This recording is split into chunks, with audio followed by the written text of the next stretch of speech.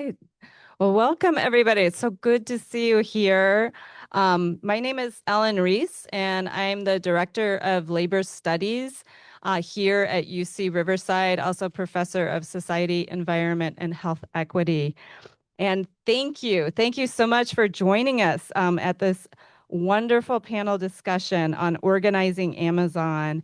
And I want to put a thank you, a huge thank you, which lots of gratitude for our 9 event co-sponsors. And these include the Center for Ideas in Society, the Chaz Office of the Dean, the IE Labor and Community Center, the Latino and Latin American Studies Research Center, the Chicote Endowed Chair, and the departments of Ethnic Studies, Society, Environment, and Health Equity, and Sociology, and the Labor Studies program at UC Riverside.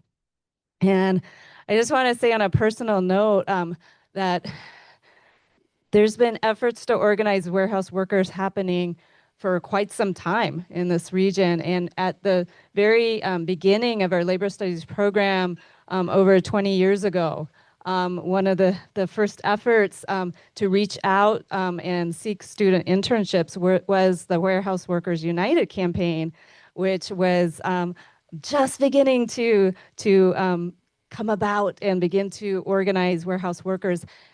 And there's been a lot of efforts, right? And it's culminated now, right? It takes a lot of time and effort and huge amounts of challenges, right, to be overcome. And we have the Amazon Teamsters with us today, right? And we also have members of the GMB union, as well as Tom Vickers. So let me introduce our panelists. We have some awesome panelists. So Garfield Hilton is a GMB union representative at the Amazon Coventry, BHX4, and secretary of the Amazon Workers Branch.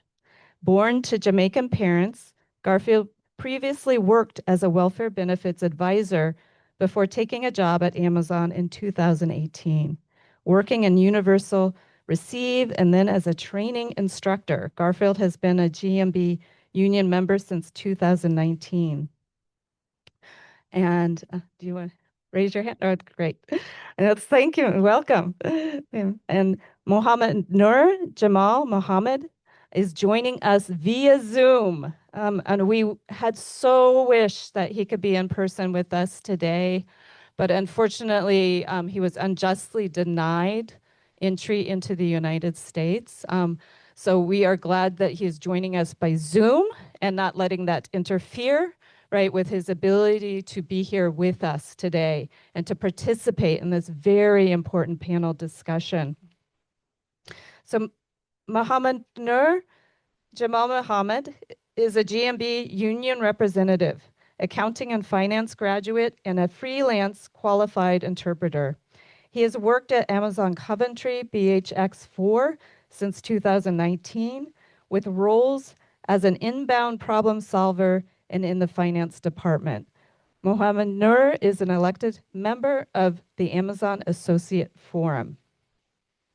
Next, we have Tom Vickers, who is Associate Professor of Sociology and Director of the Work Futures Observatory at Nottingham Trent University. He is author of Organizing Amazon, which has brought us here today, published by Bristol University Press, 2025. But he's also author of Borders, Migration, and Class in an Age of Crisis. What a timely topic that is for us. Also published by Bristol University Press, as well as Refugees, Capitalism, and the British State. He has been part of the movements for social and economic justice for more than 2 decades. And Maricruz Delgadillo is here as well. And she is a worker leader with Amazon Teamsters at DJT6 in Riverside. So right here at our home, Riverside. Oh, we're so glad to see her. Yeah, yeah, keep it going. All right. Yeah, let's welcome all of these panelists. They're so awesome. It's amazing, right?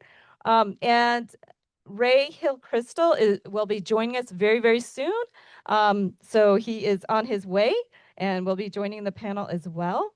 And Ray Hill Crystal is a worker leader with KSBD in San Bernardino. So we have both Riverside in the house and San Bernardino in the house, right?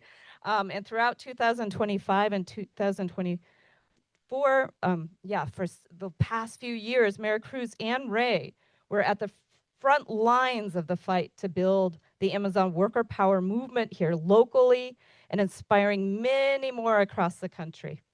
All right, so this is just an amazing panel.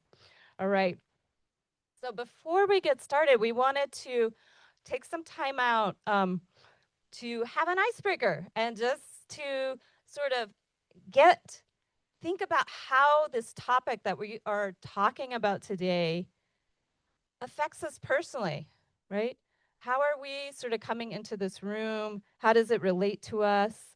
So if everyone could just talk to a neighbor or someone behind them, maybe somebody you don't know, and if you are joining us by Zoom, you can also introduce yourself in the chat and type your responses in the chat to these questions. So the questions are, what significance do warehouses, trucking, delivery driving, and e-commerce, or Amazon in particular, the corporation Amazon, have for you personally, right? And there may be many ways, right, that these broader issues or Amazon in particular is touching us, right?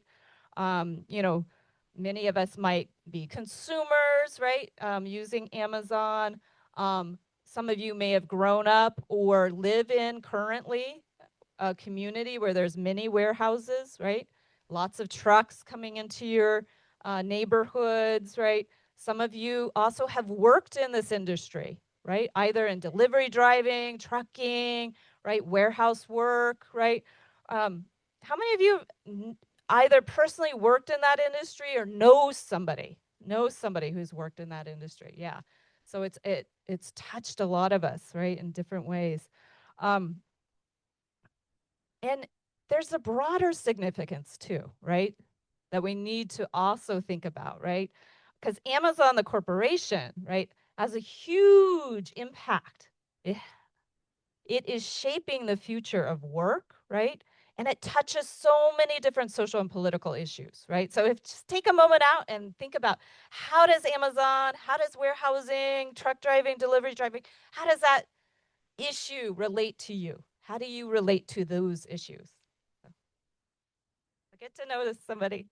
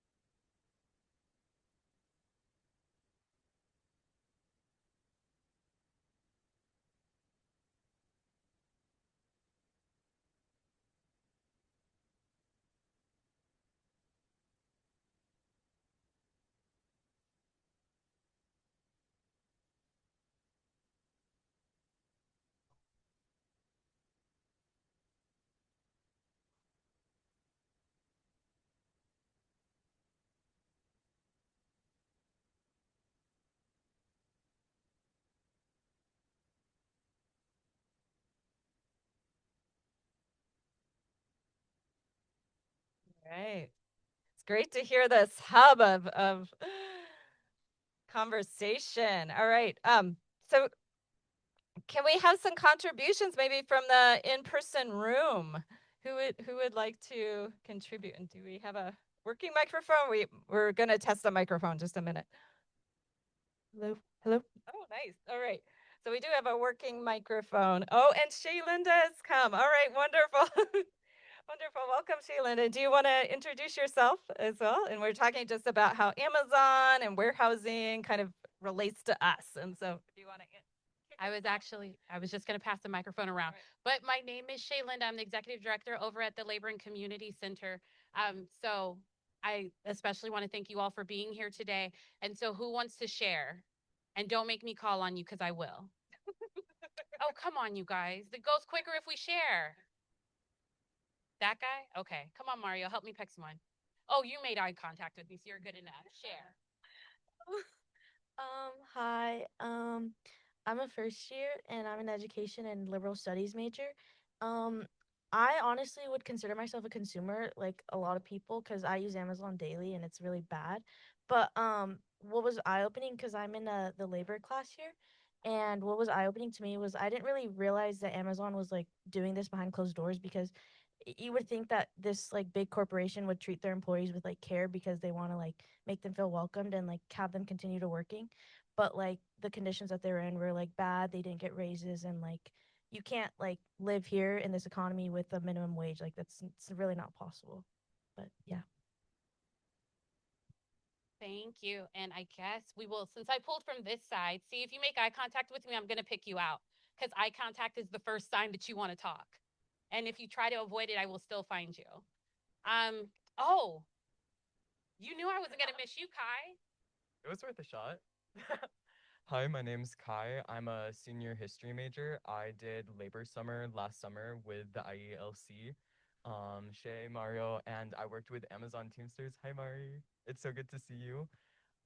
And so I spent my summer like working with Amazon Teamsters, learning from Amazon workers, taking a lot of notes in committee meetings. Please don't let that turn you off from labor summer. It was a very good experience. Please apply. So yeah, I know a lot about the fight, and I'm very glad to be here and to have you all here. So thank you guys. Okay, and so I think we'll get started with the panel, but one shout out for my center. Labor summer applications close this Friday. Please turn them in.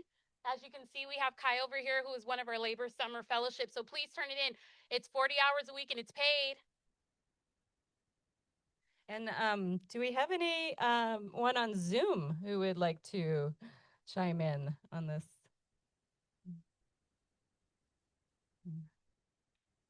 Just check in. If you could raise your hand. Oh, it looks like we have quite a number of contributions. Great contributions. Yeah, and welcome to everybody who's here, whether you're on Zoom or in person. And yeah, so I don't know if anybody on Zoom, if you'd like to raise your hand or say anything. Oh, all right. All right. Well, yeah, I mean, Amazon is, I think, touched so many of us in so many different ways. And, we might consider the fact that, it's a huge trillion dollar company, right? Its net worth is now at $2.2 trillion. It's the fifth highest in the world, right? So, yeah, Amazon's huge, right? A giant, right? And Amazon's founder and executive chairman, Jeff Bezos, is the fifth richest person in the planet, right? And yes, boo, yeah.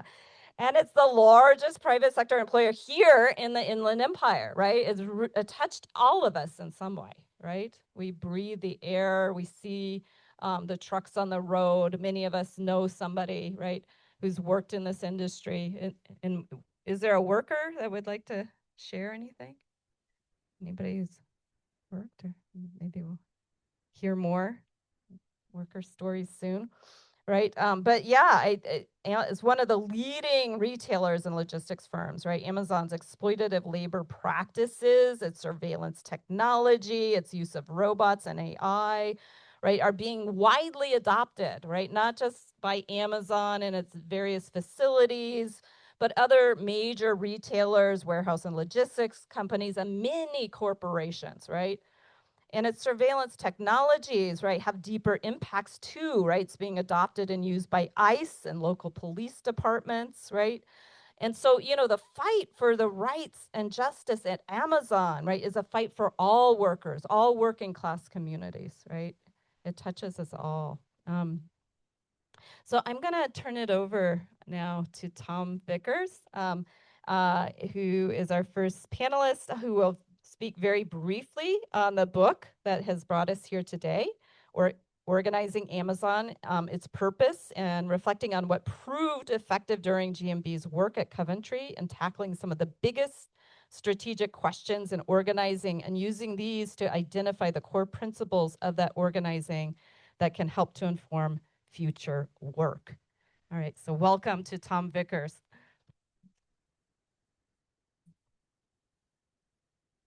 Great. Thank you. Thank you. And yeah, thank you so much everyone for coming, and thank you Ellen and other staff here for all incredible kind of organizing work and all the departments and centers that have sponsored the event. So I am just going to speak briefly today because the book is kind of the next best thing when you don't have the workers themselves in the room to talk about their organizing experience. And today we do have a fantastic panel of workers, so I want to leave time for that. So I'm just going to say a bit about the origins of the book, kind of how this came about. So when I sat down with organizers in the GMB union in Britain, and they were in the midst of this incredible organizing campaign at Coventry, and they said to me, you know, lots of people coming to them and asking them, how are you doing this? Because they were bringing hundreds of workers out on strike, challenging management. Over the course of their strike campaign, they would win cumulative pay rises of 28.5% in less than 2 years after 4 years when pay had just been kept static. They built an incredible leadership within the warehouse and an organization that was able to bring out workers. But the organizers said they were too busy actually doing the organizing, so they didn't have time to take that step back and document what they were doing.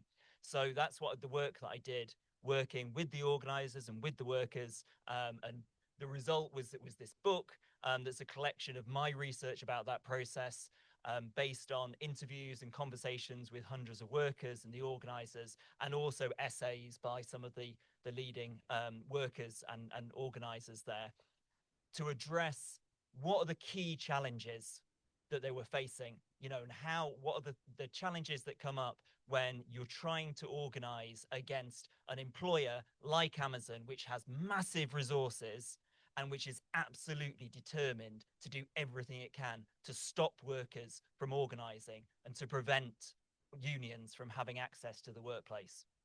And we really looked in the book about what proved effective at tackling those challenges and what are the underlying principles that we can learn from in future organizing.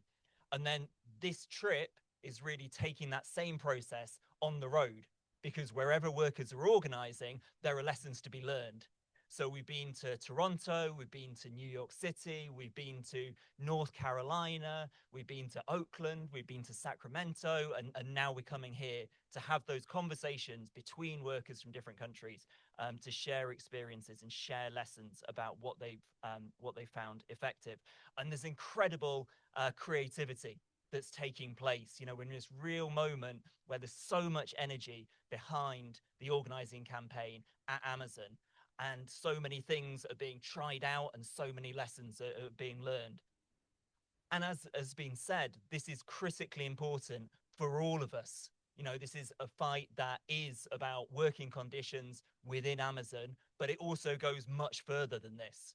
And because Amazon has its tentacles in the rise of digital surveillance, that it has its tentacles in the development of AI and that displacing human beings from critical decision making, because it has its tentacles in the growth of authoritarianism and racism, then this is an opportunity to focus strategically on Amazon and build worker power, to really make a decisive response on all of these different issues because Amazon is there and involved. And so now I hand over to the workers who are doing just that and building power at Amazon. Thank you. All right. Thank you, Tom. I want to say that there are many components of an industrial campaign. One of the key ones is organizing, identifying leaders, and getting together to work as a cohesive unit so we talk as one voice. But the problem with getting that into play is you have to understand the psychological impact that prevails within Amazon. Workers' voices are listened to, but they're suppressed over many years. The workers believe what the management want to do and support them, but unfortunately, management use that as a mask. And the other problem that we find is that English is a secondary language and articulation is hard for many of our migrant workers. During our campaign of industrial action, we had the workers come out on strike and we wanted to utilize, to get them to vocalize, wanted to be active in that role. And we developed a simple little chant, which was to be kind of the mantra to getting them out. And it was, what do we want? £15. When do we want it? Now. It's a simple slogan, but it was a voice being raised as one. We're going to get the workers out on our strike waves and we're going to be talking to them in a way that we have time outside of the building, because within Amazon's structures of time management, as you've heard about the algorithms, talking is virtually impossible. So for us, bringing them out outside the building on our industrial campaign was a point that we could actually get a quick message out and then cascade it into more complex formats using social media and information shares. We also wanted to be able to talk to them and say, well, look, this is what we want to do. And we want you to have the choice that realizing if we stand together and become one, we can achieve a big success. So I'm going to give you a couple of examples of things that would happen. People are coming into work, we've approached them at the car. We have to have this one-to-one conversation of engagement. And having that one-to-one gives them a connected feeling that their voice is being listened to, if only briefly. We would use this point to get a information share in different languages via a QR code, and we'd give them time to digest what was being said. The main aims of what we wanted was to hear what your voice was, and we found the voice was pay and conditions. For me personally, it was conditions, but for other workers, pay was pivotal. The two go hand in hand. And I'm going to give you something here that you can understand. This room is full of people. When we started our union, we had 50 or so people. During our strike waves, we started with about 200 people that had joined up. But during the actual strike window, we had to recruit people actually on the picket line. And we got to a point where we had 800 individuals massed on a section of the road. And at this point, we've decided we're going to take this chant just on the perimeters of the car park and take it all the way down into the car park with 800 members chanting this song. And the point of this is that the manager's window is actually at the front of the car park. And this was the first time they'd actually heard and seen the direct presence of a force in the window space. Because most times we were sitting back at the edges, just trying to get people to stop before we got into the car park. Now, if we'd have said to them at the beginning of the campaign, this was our objective, there'd have been a lot of them oohing and ahhing. But myself and others took that lead with a microphone, with our GMB union behind us, and we marched the entire 800 individuals down into that car park. Now, you can't appreciate the galvanizing effect for people that don't have a voice suddenly to be singing as one and actually in front of the manager's window. We also show them by having this collective voice as a strong unit, it gave us a huge degree of protection. And we're blessed that the fact, myself and others, I say myself and others because I don't like using that, but I made myself one of those faces for the campaign to take the pressures of the workers off. So if management were looking for someone to dismiss or sack, I was one of those vocal voices there, showing the workforce that there was somebody prepared to stand in front and lead by example. And I can't really stress it to you enough because you're not part of that process, but I'm well known in the building and I don't have an issue with standing up for others. Our workers are very subservient, respectful of the managers, respectful of Amazon. I know from my past experience that is not the case. Mistreatment takes its form in any way, and it's very coercive that Amazon has this mantra that we listen. They only listen when it suits them.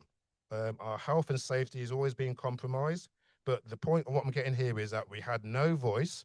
We had to have people brave enough, and I decided to show them that as a person been in England for a long time, I'd be more than happy to be their voice for them, and that galvanizing voice actually projected us to 1,400 members, And we were in the ascendancy to have took that campaign for victory.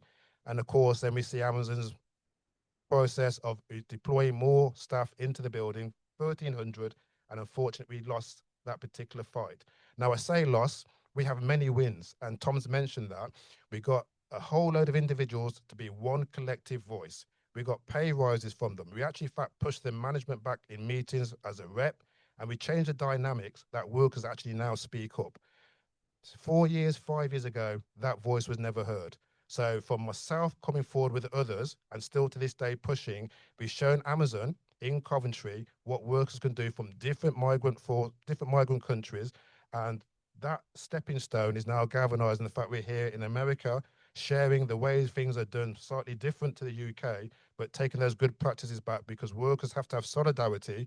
There is no one particular country can take Amazon, no one FC. We want a solidarity, cohesive decision strategy of coordination, that when we do something, we make sure Amazon know that is now a global issue that we're pushing back against the oppression of the capitalist model that's been applied to workers.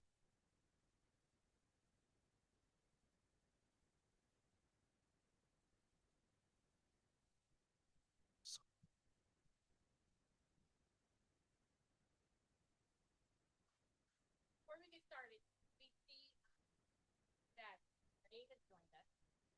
Ray, can you just quickly just tell us who you are and what you're here to represent? No worries. Hi, everyone. My name is Ray Hill Crystal, and I was having a lot of trouble finding parking, so that's why I'm late. I'm sure all of you can relate to that. But yeah, I've been working at Amazon for 4.5 years at KSBD, which is the San Bernardino Air Hub, and it's the largest West Coast air hub in the country, and I think the third largest air facility for Amazon in the country. And yeah, I helped start the union there. It started in my living room, and yeah, been fighting for a long time. And now I'm a shop steward of Teamsters Local 1932 after we won recognition last December 2024. So yeah, we're still fighting for a contract, obviously, and that's why we're here with all of you, and why we're here with Mari Cruz, who is taking that fight on at another building. So yeah, thank you. And so, Mari Cruz, before you answer, I'm going to go ahead and pass it on over to MJ to kind of give us his insights as to some of the issues that they were having and how they were able to tackle some of those issues to organizing in Amazon.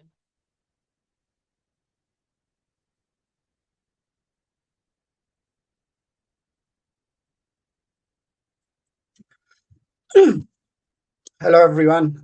Thank you for having me. I would have preferred to be there next to you guys, but this is what it is. One thing that I want to share was on top of what Garfield mentioned, especially what makes PHX4 a little bit unique compared to some other sites are majority of the associates, almost around 60% of them are from East Africa. And those who've been through so much hardship, and those who came UK, and after they came and they got this job, they are clinging into that job in order to provide for themselves here, as well as supporting their family back home. So Amazon, as we all know, use migrant in order to exploit, and we were right there, and we were the first hand receiver of the tactics and all those intimidation, whether racism, ill treatment, and favoritism, and all those.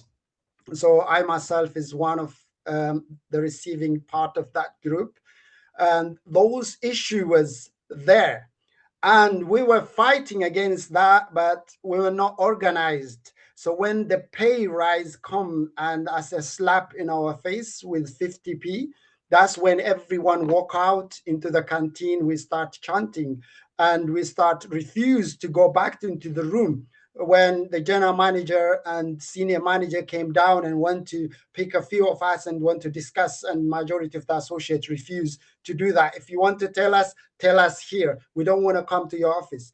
So that was the spark. I myself, I never knew that I have this ability to come forward and speak. However, that being part of that, and I was one of the voice for a majority of those who doesn't speak English, who doesn't express themselves. So once we marched together and the JMB came and show us, guide us how to organize, that's when I see myself as a different person, as a leader, to come forward and break this fear. Majority of us, including myself, were very fearful. So if we lose this job, that means we not provide for our family, mainly back home. So, and I have to like, okay, if I am on the forefront, what do I need to do? How do I need to recruit other leaders like me to come forward and help us this unity to carry on, not stop in one place? So one of the examples that I did use during our campaign was I just go and went and I brought around, if you can see, this is around, I've got 6 sticks. So what I did in my motivational speech for the leaders who were elected, and I just use and I break one. So it can easily be broken. And I say to them, Amazon is doing that exactly. If I speak out, it is very easy to just pick me out and break me, like fire me in the word that you guys use over there. We say here sacked or dismissed. Then I challenge every one of them, bringing all 7, 8 sticks of together, and let's break it. It's not breakable. Like I see personally myself as a strong. I used to play kickboxing for national team back home. I couldn't even break. This is a very thin. So I said, if a stick, a small stick, cannot be broken by just being coming together, we are humans. We've been through so many challenges through the Sahara Desert, through this Libya, and so much so back home. So now we are in a free world. So we need to come together and stick to each other and get the support that's available. This message resonated to majority of the associate, those who doesn't want to even speak out, those who shied. Now they come forward in numbers. Early like 2022, we were like less than 50 members of dues paying members to the union, but that rose in 2022 up to 300. In April 2023 it jumped into 700, and early 2024, when everyone was actively engaged, that went into up to 1400. That helps for us like to amplify our voice and into that car park, and just making, even being heard by general management, by general manager and his team. It was like a big win. But we didn't stop that. We forced Amazon to give us that ability to organize, to become recognized and be part of the union, until we went all the way into having a ballot in the FC. So this message for me that I learned from even this tour, this trip, we all on the same boat. We have to come together. Amazon is a big, giant company, giant corporate. So the only way we can tackle this big problem by coming together, by coming big in number, as well as led by those leaders who have those strengths and those who are vocal, those who can persuade people, organize people, bring together those people. And I'm very fortunate to be part of this community, part of these people, learning from you guys. I'm very grateful for that. Thank you for having me.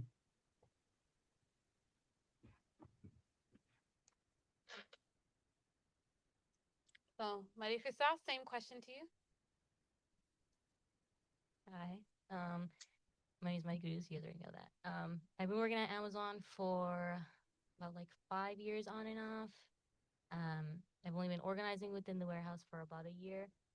And something that was genuinely challenging for me is getting over and pushing through like just like the fear in general. Fear of being rejected by my coworkers, like them being like, "Oh, you're cringe" or something, or being retaliated against, and telling other coworkers what I'm trying to do, and you know, getting fired or being separated from my coworkers or anything like that. And I'm sorry, let me look at my notes. um, Something that helped me was because I really didn't want to speak to all my coworkers and feel like I was being inauthentic and like trying to sell them something, or that I was just like giving them like talking points on like why unions are good. Um, Something that helped was just genuinely just being really vulnerable with them and just talking to them every day, just not even about the union or even work, but about their personal lives, about what they do outside of work, what they want to do outside of work. And um, that helped me just get closer in general and also be able to talk to them about our work issues and like how our work issues affect us outside of here. Like you don't get sleep, we're always tired. Every coworker you speak to at Amazon, like you go to them and be like, hey, how are you doing? Everybody's answer is I'm tired. Like I want to go home. Waiting for this VTO to drop. I want to go home. Um, and just talking to them about that. Like, why do you think you're so tired? Like our work schedule should be better. We should be paid more so or have more time off. Just getting super vulnerable with them about why I care about this, why I organize, why I'm asking them to help us in the movement or asking them to sign a card. And I feel like, yeah, it helps being super genuine with people. Be like, this will help you, not just me, not just the Teamsters. Um, it helps everybody. Yeah, I think that's it.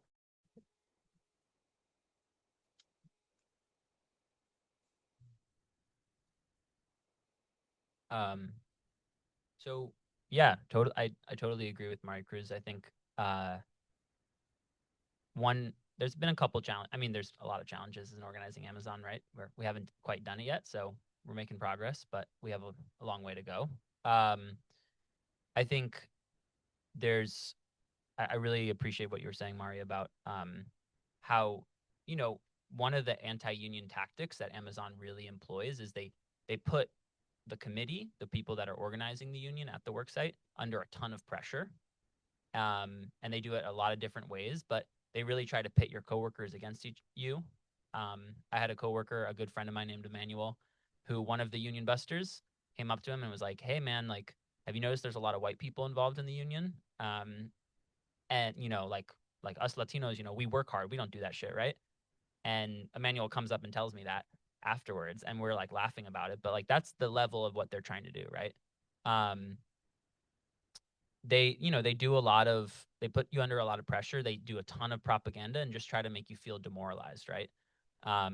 One of Mari's coworkers, she knows a lot about propaganda, and she was telling us that they use the like classic propaganda tactics that like the Nazis were using, right? It's the same tactics, and you know, and it can work, right? And it makes you feel demoralized, it makes you feel really isolated. It also makes you feel like you're trying to sell something to someone, right? Especially as you're under that pressure, as you're trying to get the majority of people to sign cards or win the vote, right? And so I think it's exactly right, Mario, of like you have to go back. Like I've had to go back and really ask myself, like, why am I doing this? What are the reasons that I started this thing in the first place? Because they make you question yourself, right? Um, but I think when you take a step back and you're outside of that intense environment, it's so clear that like the truth is on our side, right? What we're doing is the right thing to do, and it's not that complicated, right? They're always trying to say, oh, this and that about the Teamsters and all this stuff, and it's like at the end of the day, our coworkers, my friends who are parents, who are, you know, taking care of people, myself are working for the richest company in the world, one of the richest companies in the history of this world, and we are struggling constantly because we're not getting paid enough and because we're being disrespected on the job. And it is pretty simple. And I think, you know, I think about I think so much about when we first started this union. There was this woman named Darlene who had three sons, and the reason we started our very first petition is that they closed our building for the holidays, for Christmas and New Year's, right? And they gave us a week's notice that we weren't going to get paid for those days. About a year later, we actually found out the reason why we were closed at all is because all of the pilots are unionized and don't work. But you know, this 19-year-old guy, had been watching TikToks of Chris Smalls in New York City, who had started the first union in the U.S. And he comes up to me and was like, "I want to start a petition about this closure because this is wrong." And he had gone to HR, and HR had, I'm sure they do this in England. They give we call it like the corporate runaround, where they say, oh yeah, da da da da, and then you don't get your question answered, right? So he had gone to HR, and he comes back, and so we start this petition. And in the process of starting this petition, we find out that Darlene, this mom of 3 who worked out on the ramp unloading the planes, had actually lost her apartment because of the way that they closed this building, and she had to pay rent and was not able to pay rent. So she had been sleeping in her car with 3 sons, right? And a couple years later, I watched the documentary about the Staten Island first union effort in New York City, right? And a big part of that movie is talking about one of the committee members who's homeless, right? And this is like, I've had many coworkers who are homeless and are, on the border of being homeless because it's just, because of the way that they're paying us, right? So I think, and increasingly, like, Amazon is actually one of the better warehouse jobs, especially as they got more and more pressure from the union. They've had to increase their efforts or increase their standards, but it's still like nowhere near enough, right? And across the street from my warehouse is the Stater Brothers warehouse. Everybody knows Stater Brothers, right? I've been at Amazon for 4.5 years. I make $24.65. After a year and a half of working at the unionized Stater Brothers warehouse, you're making $34 an hour, right? I don't know, it's pretty simple, I think. So, yeah, I'm glad that you guys are here with us. And yeah, I think we have to keep on doing this, and we're going to keep on doing this. And honestly, we are going to win, right? It might take a while, but we're going to win. So yeah, I think I'll leave it at that.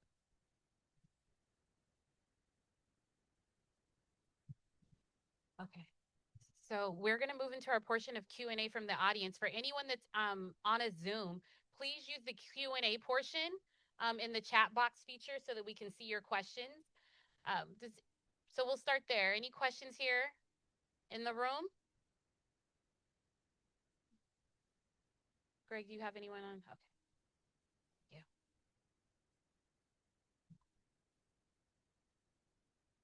Hi, hi. My name is Joe. I'm a 3rd year here at UC Riverside.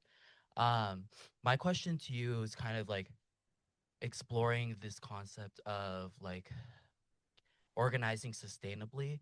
I feel like there's like a lot of pressure on organizers, and like you guys just mentioned, like the conditions, especially if you're organizing, you're under like a lot more pressure.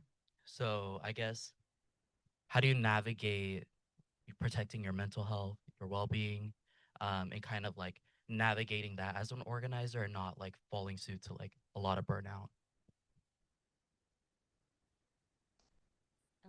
I think being an organizer, obviously you're not doing it by yourself. You have like Ray and other organizers within the warehouse with you, and we all like really lean on each other, and that really helps, like having people to talk to, because when you're organizing, it's kind of hard to speak to people who don't know what you're doing or why you're doing it, and they're like, "Why are you stressed out? It's just Amazon. It's not that serious." But talking to other organizers and like being able to relate to them about like what you're stressed about at work it helps a lot.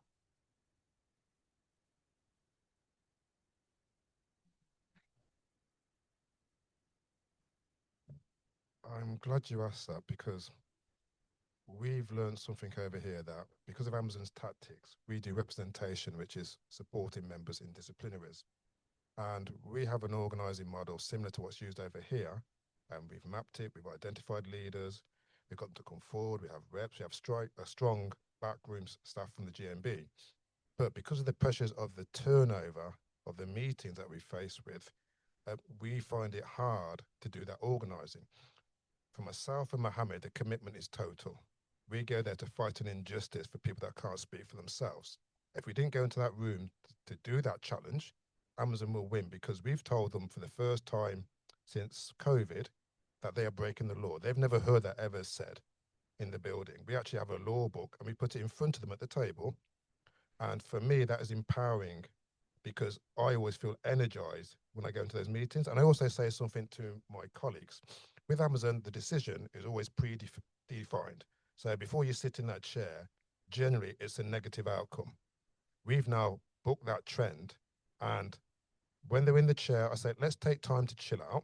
And if we can actually drag out a meeting for 3 hours, that's 3 hours sitting down there to chill and enjoy that space. So for me, it's about making time. And I'm a bit tougher than most people, right? So I understand the need is to have a war of attrition.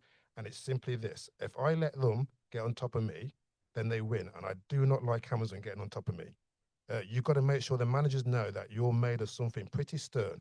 And for that, we have our chats, we have regular meetings with our members, we have an open Zoom link, and we also have meetings with our actual team within the GMB structure. So we talk about things that go on at work. If we identify something, we share the load by easing the burden by actually talking. Never keep it bottled. And if you want someone to talk to within your team, then just approach them and say, I need a listening ear. The same way to flip it around is when you're going to talk to an individual who's not part of your team, you just need to be able to give them a listening space. So it's all about creating space and feeling comfortable what you're doing is never wrong. Because with Amazon, it's always the fact you're wrong when we know the fact we are right.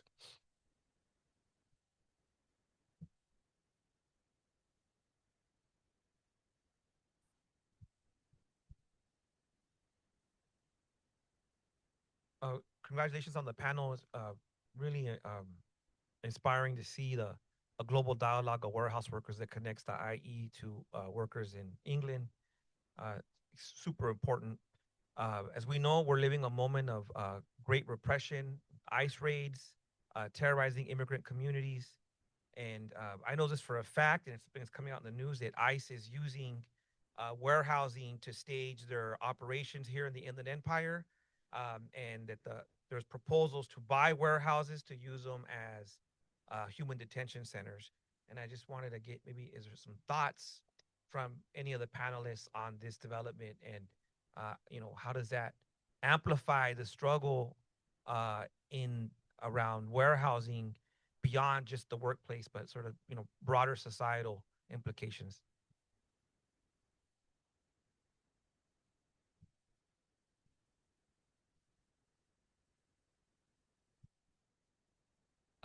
Yeah, thank you for that question. So, yeah, I think recently we saw in Detroit, Michigan, there was a raid on an Amazon facility, and they arrested, I think, 1 or 2 Amazon Flex workers. ICE did, and that was the first of its kind to our knowledge. So one thing that, but we in our organizing committee at KSBD have been talking about this for a while, and one thing that was some union contracts in LA have is that management is actually not allowed. They do not let ICE in as long unless they have a judicial warrant, and 9 out of 10 times they don't have a judicial warrant, right? And so this is something that has saved many people from being deported in LA.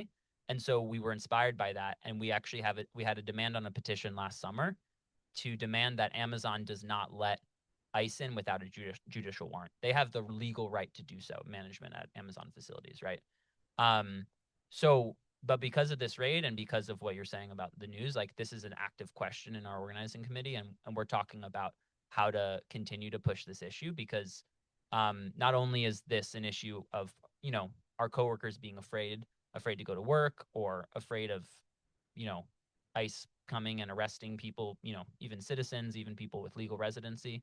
But also we know that Amazon hosts ICE, like all of their technology is hosted on Amazon Web Services, right? And so it's actually something, there's a group in Seattle called the Amazon Employees for Climate Justice, who are tech workers. And we've actually been in dialogue with them about how we can join together and organize around ICE, and connect some of our issues, because ultimately, like, we're up against Jeff Bezos. We're both up against Jeff Bezos. And, I think that, I think these issues have a lot of connection. And, like, I have a ton of friends and coworkers who have family members who are terrified of what's going on. One small anecdote is this: one of my coworkers, after we did that petition, we did it in the summer, and I went on leave to help Mari's building as they were unionizing. And when I come back from my leave, this woman comes up to me and she said, my wife, who was undocumented and was really afraid of what was going on, she actually just got papers. She got her green card, and she comes up to me and she says, like, "You did that." I was like, what are you talking about? And she was like, like, with the petition, like, you guys showed your support for this, and that meant a lot. And I was just like, I was flabbergasted. Honestly, I was like, I didn't do anything to help with this. I didn't think, but it, it means a lot. Like we have to show each other that we care about each other. And I think when we make these demands, it connects these struggles and it shows that, you know, these are connected fights.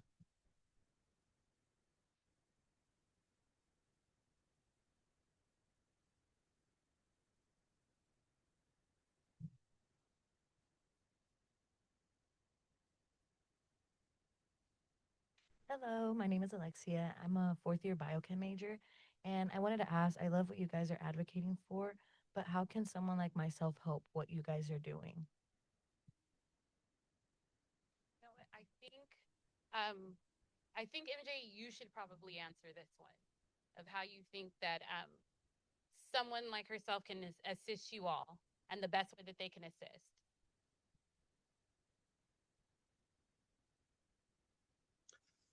Yeah, to be honest, Amazon is a global company, so it reaches every one of us, every one of um, individual wherever you might be, and Amazon is reaching out, especially as the panelists mentioned about web services. Big companies are using web services, even everything that we do. We buy stuff, we deliver, and all those stuff Amazon is taking everywhere.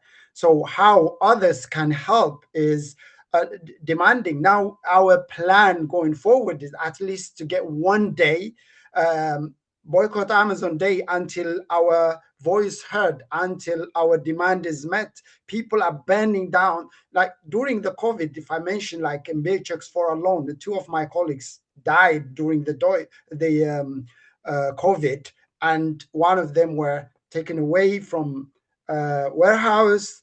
She went to hospital and she died.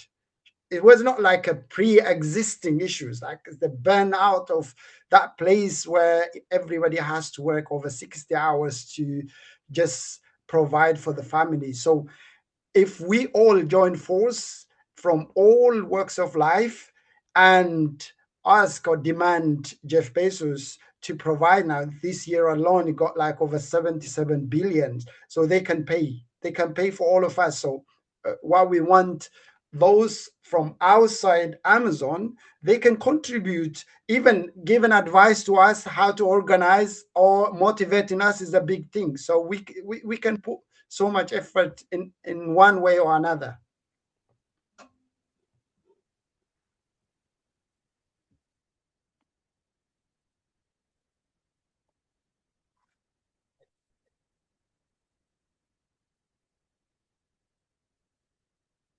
Since we've been here less than probably 8 days, I hope I got the letters right with FC. I think it was SMF1.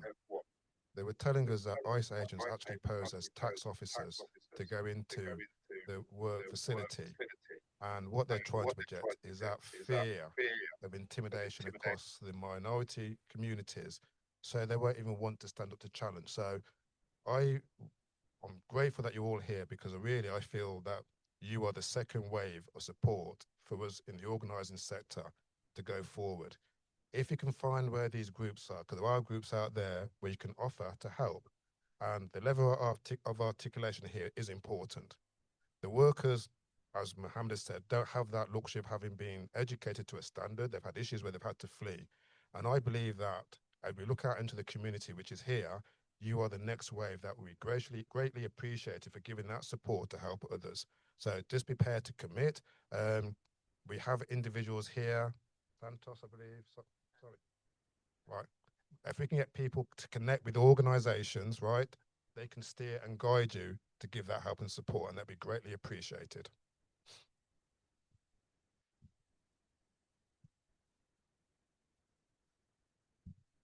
Just to add real quick, I want to shout out two people in the crowd. I see Priscilla and Kai. You guys want to raise your hands real quick?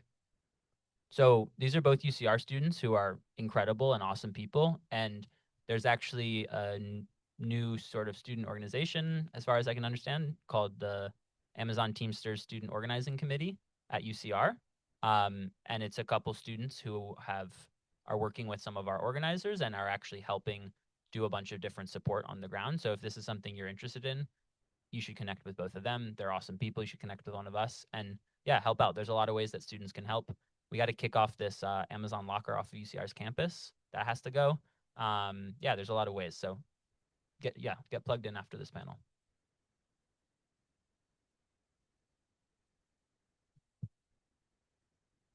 I just also wanted to say we are recruiting for spring interns for the labor studies program, and Amazon Teamsters has worked with our students and has a couple interns, I think, in the audience as well. Priscilla and Madison, you want to raise your hands up? And yeah, if anybody's interested in what it's like to be an intern with Amazon Teamsters, go talk to Priscilla or Madison as well. And yeah, let me know. Reach out to me, Ellen Reese. Would love to get you connected through a labor studies internship. Do we have any other questions? Okay.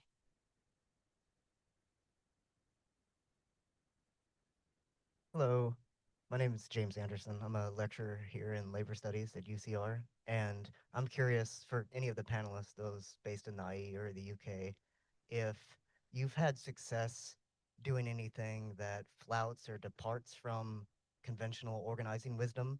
Maybe you didn't have much of a choice, were pushed into a corner and had to do something that departed from what you would typically want to do, but nevertheless it was effective.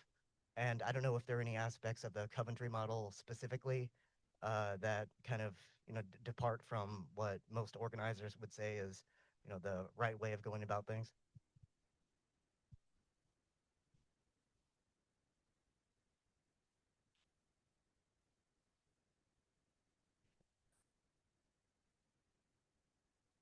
Hi. Yes, absolutely. So certainly in terms of the GMB union's established way of doing things, then it sort of turned things on its head in lots of ways.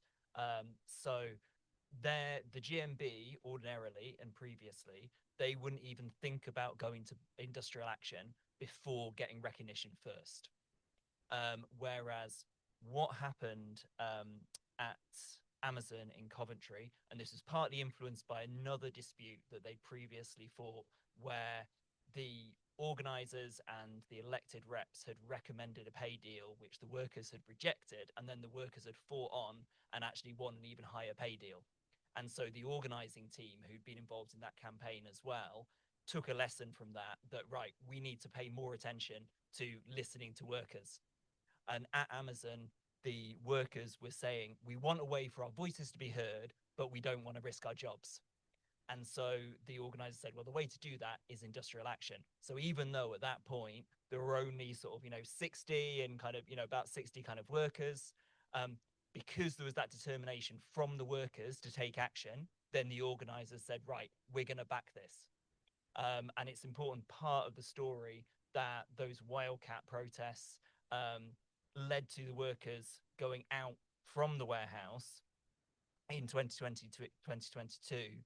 And then that was met on the other side from the union committing serious resources and sending an organizing team immediately down to meet with the workers. And then, as I say, really listening to the workers. And so they developed a very different strategy from there and then built up to 1,400 members over the next 2 years through those what started as a small minority strikes.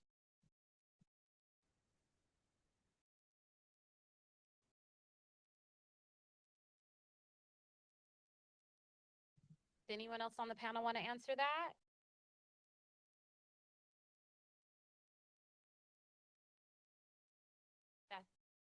That is a question because they've closed most of the grocery stores. Just to speak to your, so I think at DJT6, the site that just organized in December, very close to UCR, where Mari and Sam work. We were getting close to majority. Majority of people signed on union cards, and some people had the idea to do a walkout before that majority, right? And other people like myself I was a little bit skeptical. I was like, that's not a good idea. We gotta, just keep getting those cards. And I think luckily the people that wanted to do the walkout were prevailed in the argument. And yeah, the night shift walked out. We were expecting about 40 people to walk out, and instead 60 walked out, which was a majority of the shift. And over, like, I think around 15 of those people had not signed union cards and walked out and signed a union card, right? And I think that was a kind of spontaneous moment that was not expected, hard to plan for, and probably organizing conventional wisdom would tell you is not going to happen. But yeah, it did, and I think it was all due to like the bravery of the people leading that walkout, the workers leading that walkout. And then Mari and Sam, you guys also led a sort of semi walkout on the lunch shift, which also got a lot more results. It wasn't a work stoppage, but it was just they brought out a ton of their coworkers to the tents in the parking lot and signed up more people. And yeah, I think maybe you can speak to that, but just seeing your coworkers leave and take this action, I think inspired people to get over their fear and sign the cards. Hi. Yeah, when we the day that we went public and the night shift did the walkout, that was at my shift. Everybody obviously on site had already like heard of it. Everybody was like whispering about, "Ooh, is there gonna be another one? Are we gonna walk out?" And we came with like a banner during lunch, and we were like, this technically isn't a walkout because we're clocked out, we're on lunch, but we want everybody, like, if you want to know what's up, you want to know what's going on, like, come outside. We're gonna hand out burritos. We called it the burrito march, and I stayed inside to help sign up people that didn't want to go outside, but they walked out, and we got a lot more signups, I think, during lunchtime too.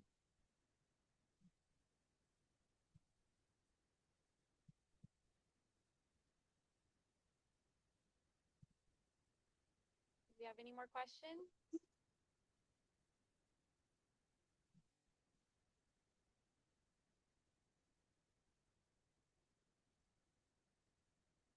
Hello. Excuse me.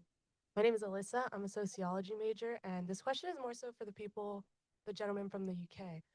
What do unions look like out there? Because I know out here there's a lot of support from UPS and even people that work at like Amazon's, further away, they come out to support the strikes and the walkouts. So what does it look like out there for you guys?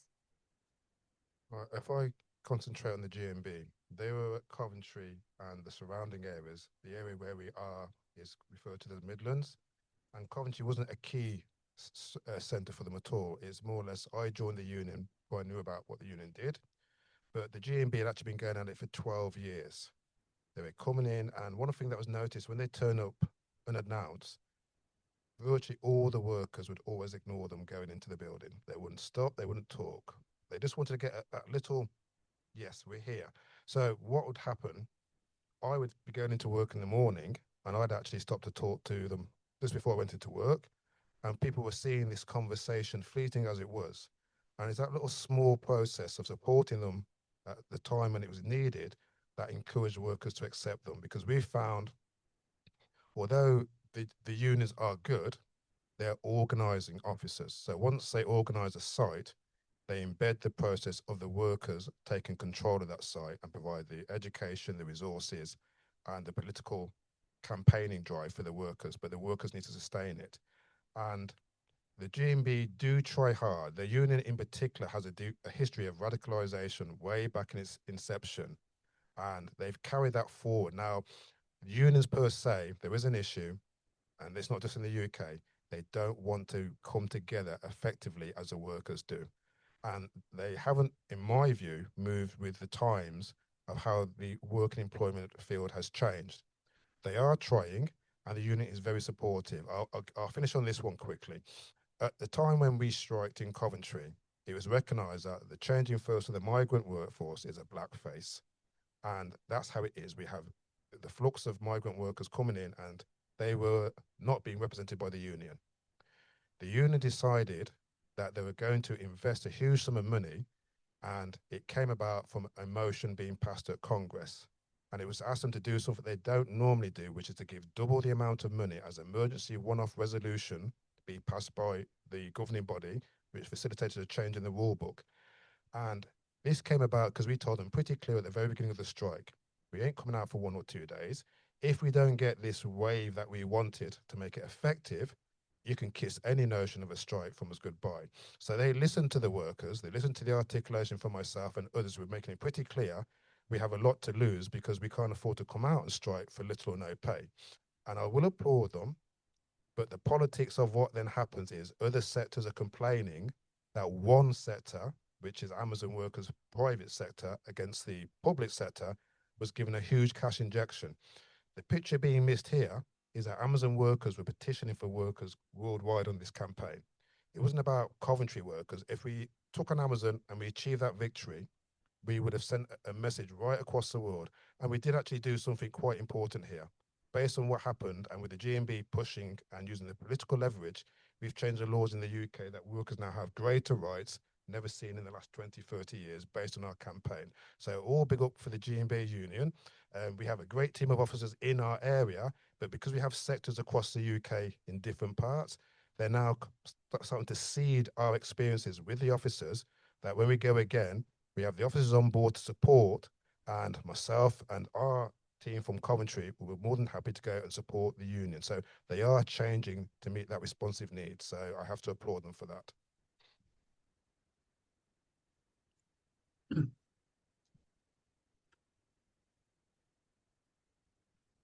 Okay. Hi, I have a question. My name is Priscilla. I'm a third year studying political science and labor studies. And anyone can take this, but what do you guys think is like the best way to keep organizing long term and sustainable? Is it by like building leaders who can like grow other places, or like winning, actually achieving like successful wins that better working conditions, or anything else?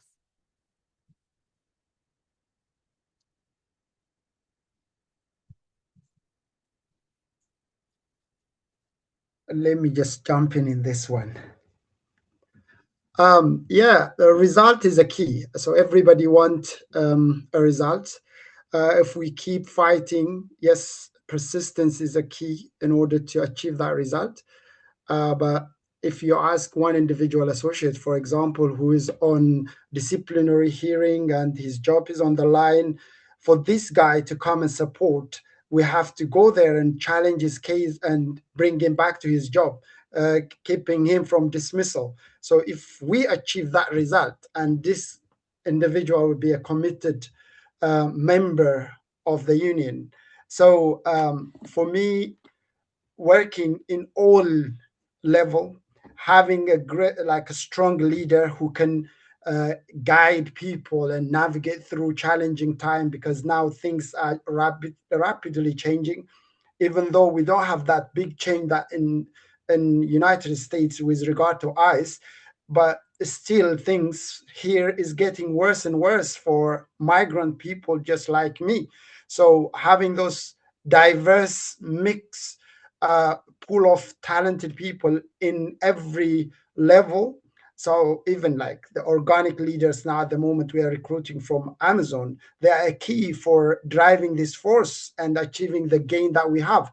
So adding on top and bringing these people to the level that they can join the union in official level and diverse that union. In GMB case, almost 99% per se, like white people are the one who dominated that one. And if they come to me and say, I'm going to represent you, and I look at them and say, where is diversity? How are you going to put my best interest at heart when you say to me, like, you're going to fight for me? But at the end of the day, in order to change that dynamics, somebody like me has to prove himself and join that club and bring change from inside. So yeah, it's the key.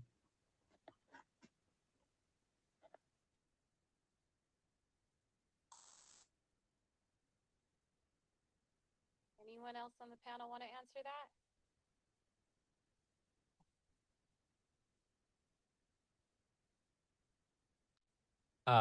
It's interesting that there's two questions about how to be sustainable in this stuff. I mean, I think you're right that organizing is very hard and it takes a lot of volunteer time. I think all of us up here probably you shouldn't calculate the number of hours we put into the union because it's a lot.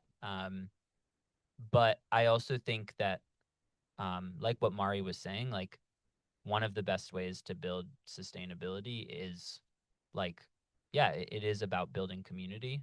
And, we're coming, like, I think we live in a pretty crazy and weird world. And when you come, doing this stuff has totally changed my life, right? Like I've become friends with people I would never become friends with. And it's given me a lot of purpose and meaning and a way of, and something to fight for and something to strive for. And that is more sustainable than anything, in my opinion. Yeah. So I think that's one thing. I think another thing is that, we've talked about, sometimes we call it like the Sisyphus problem. Like if you know the myth of Sisyphus, you push the ball up the hill and then it feels like it rolls back down sometimes. I think that's also totally normal. Like we started organizing in 2022 at KSBD, and we've seen our committee change a couple times, right? We had a huge walkout. 150 people walked out in 2022, and then we had another one, 130 people 3 months later. And then our organizing committee kind of fell apart. There was a lot of internal conflict. We didn't know which direction we wanted to go in. And there was a couple moments where it was like me and a couple other people in the room, and that was it.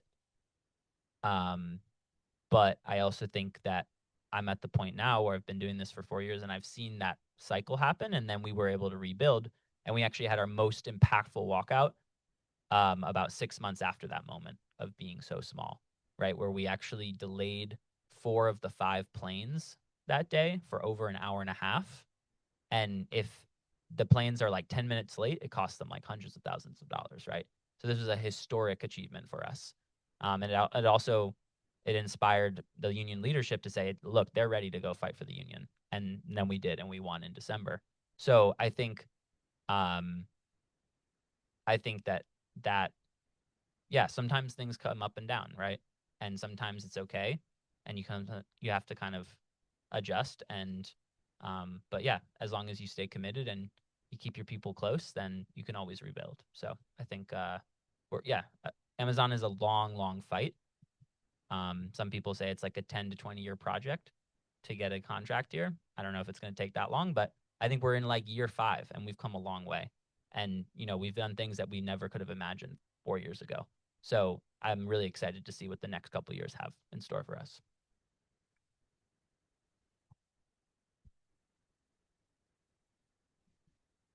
Okay, and so with that, I'd like to thank our panel for joining us in this conversation today.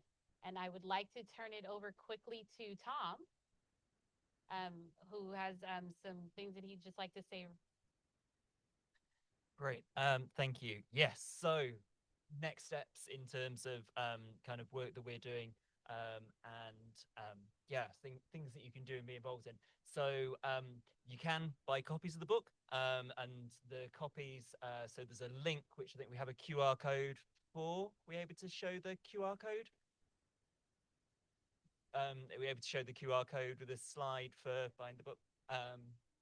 Fantastic.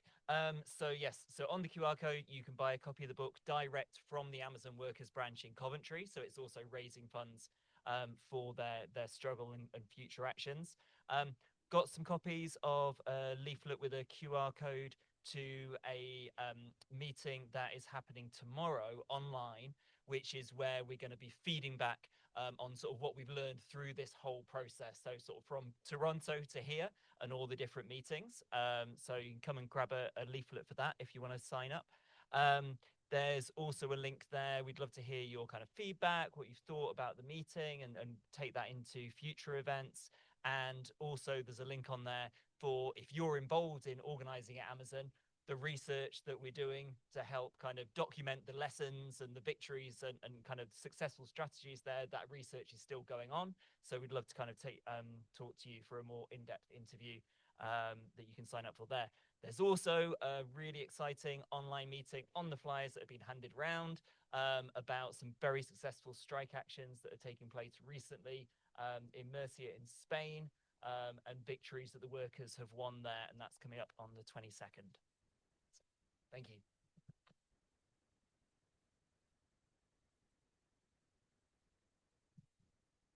again, I'd like to thank you all for coming out for this talk today. Especially, I'd like to thank our panelists, Garfield Hilton. I'd like to thank MJ all the way from the UK. It's cracking what, like 8:30, 9 o'clock out there. So I appreciate you staying up. Maricruz Delgadillo, I'm so sorry. I appreciate you for coming. Rahil Cristal, I appreciate you for coming. And Tom, thank you also, Tom Vickers, for the work that you've done and being able to write this book. And to all of the students, I'm going to make sure to say this. Please make sure you have signed in. We sent clipboards around. If you came in late and you weren't able to sign in, please sign in before you leave. Again, Labor Summer Fellowship applications close this Friday.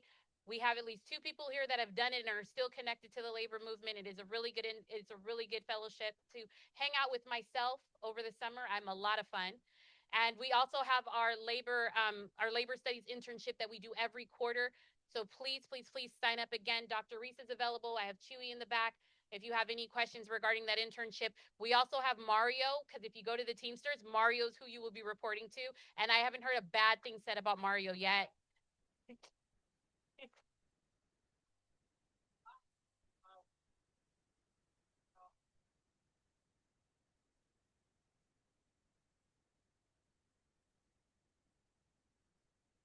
And then, yes. And then we have our Know Your Rights coming up, our Know Your Rights from our Labor Center, the right to organize, also with the Amazon Teamsters. Yes. Coming up on the 19th from 3 to 4:30 at the Hub. We will also feed you and we have giveaways. So please, please, please come. These things are always exciting. Again, thank you all for coming and enjoy the rest of your afternoon.